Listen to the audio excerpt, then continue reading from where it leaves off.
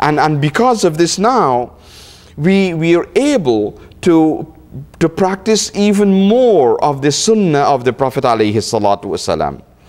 And the musalli, or the person who engages in reciting Durood or Salawat, would harbor no doubt in his or her heart about the message and teaching of the Prophet alayhi salatu wasalam.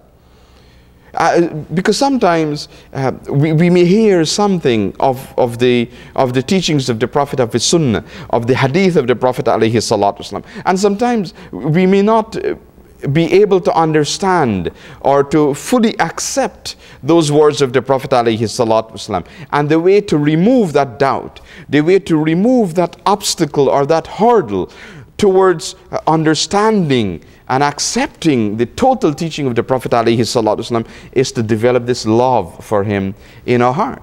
Because if we truly love him, and if this love is passionate and strong, then we would have no doubts in our heart, in our minds, about his teachings, about what he tells us, and we would submit totally and fully and completely to the Prophet alayhi salatu wasalam in the sense of following his sunnah and his way. In addition to that, as we increase this recitation of salawat, the attachment to the Prophet alayhi salatu wasalam becomes stronger. The love for the Prophet alayhi salatu wasalam becomes stronger. And more we are able to practice his teachings and his example and his sunnah in our lives, and the cycle continues. This positive cycle continues. As we become stronger in our attachment to the Prophet alayhi salatu wasalam, as we practice more of his sunnah. And then what better way is there for us to gain najat, or salvation, and falah, or success in this dunya and in the akhirah, in the hereafter, other than following the way of the Prophet alayhi salatu wasalam. He is the best of the creation of Allah subhanahu wa ta'ala. He is the one who shows us the way to get to Allah. He is the door to Allah subhanahu wa ta'ala. And the more we can follow in his footsteps, the closer we get to Allah subhanahu wa ta'ala. And so this is amazing. We recite the salawat, and then our love for the Prophet alayhi salatu wasalam increases, and then we're able to practice more of the sunnah of the Prophet alayhi salatu wasalam, and then we continue to recite the salawat, and this attachment and love increases, and this love for the sunnah increases, and we keep doing more and more, and we get closer to the Prophet alayhi salatu wasalam, and then we get closer to Allah subhanahu wa ta'ala. And this was the way of the noble companions, the noble sahabas, radiallahu anhum ajma'een. May Allah subhanahu wa ta'ala be pleased with all of them.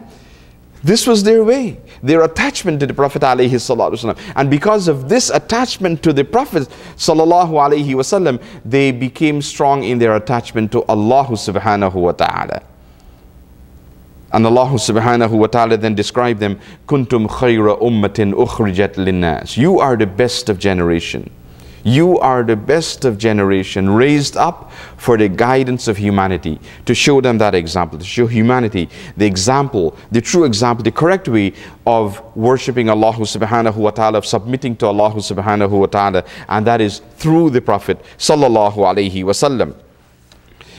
The Prophet alayhi salatu wasalam says, verily your salat is conveyed to me, your salat and salams, your recitation of salawat is conveyed to me. And so the salawat causes the name of the musalli to be conveyed to the Prophet alayhi salatu wasalam. The servant who recites the salawat, the name of that person is mentioned to the Prophet alayhi salatu wasalam, and what they do in spending time in reciting salawat or durood on the Prophet alayhi salatu wasalam. And the Prophet alayhi salatu wasalam says that they are special angels whose only responsibility and duty is to take the salawat or the durood that we recite wherever we are in this world and convey it to the Prophet alayhi salatu wasalam in Medina.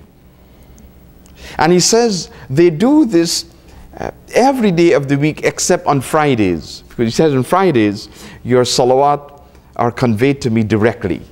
And so our names are mentioned to the Prophet alayhi salatu wasalam.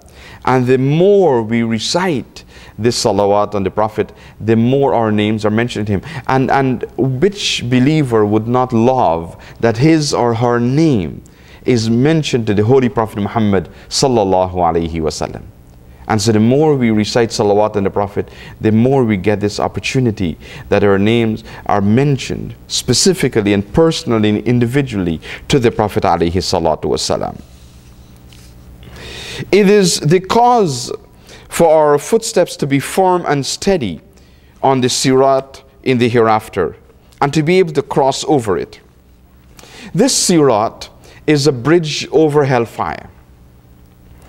And in the hadith, it is mentioned and its description is given in various ways. And for different people, this Sirat takes on a different form. And so for some people, the Sirat,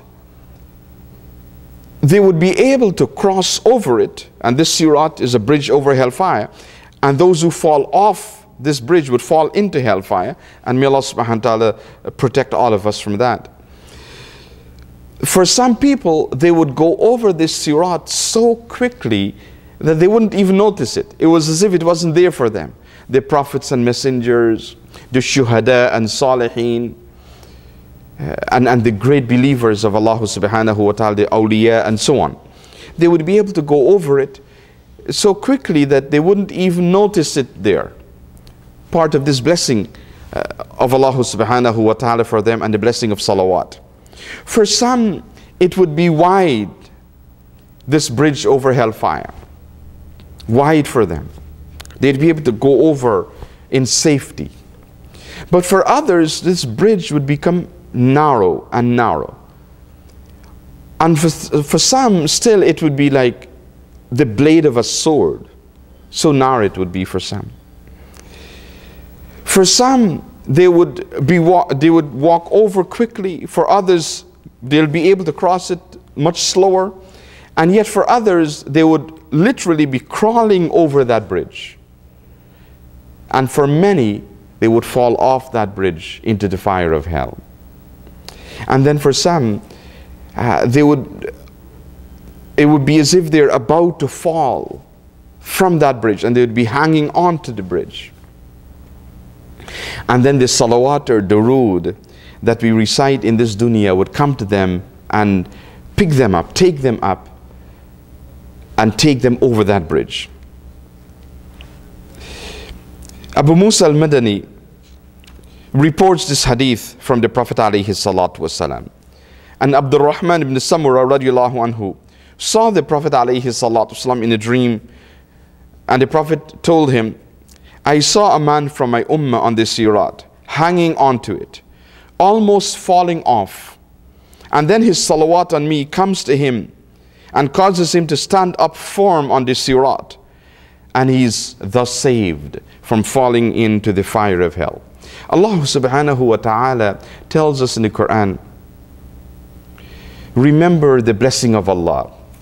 وَاذْكُرُوا نِعْمَةَ اللَّهِ عَلَيْكُمْ إِذْ كُنْتُمْ أَعْدَاءً فَأَلَّفَ بَيْنَ قُلُوبِكُمْ فَأَصْبَحْتُمْ بِنِعْمَتِهِ إِخْوَانًا وَكُنْتُمْ عَلَى شَفَا حُفْرَةٍ مِّنَ النَّارِ فَأَنْقَذَكُمْ مِنْهَا. And you were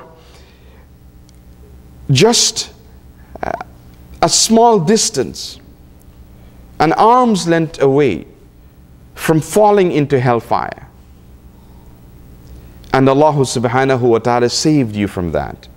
And among the things that will cause us to be saved from that fire of hell is the recitation of salawat on the Prophet sallallahu alaihi wasallam.